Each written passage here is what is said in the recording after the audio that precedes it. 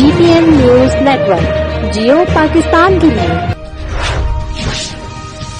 खबर शामिल करेंगे जड़ावाला से।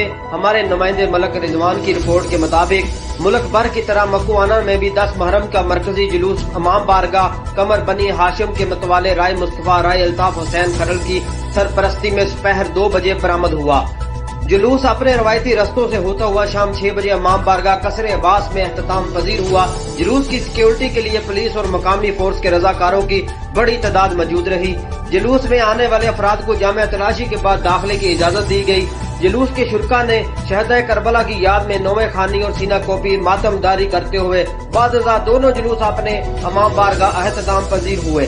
जुलूस के रस्तों पर जगह जगह ठंडे और मीठे पानी की सबीलें नजर और नियाज का वसी पैमाने में एहतताम किया गया। निकाले गए दोनों जुलूस की जेर निगरानी राय अहमद हयाल खान खरल लंबरदार राय तसव्वुर अब्बास खरल ने की। जुलूस जो के मकर्रा मकाम पर पुरअमन तौर पर एहतताम पजीर हुए।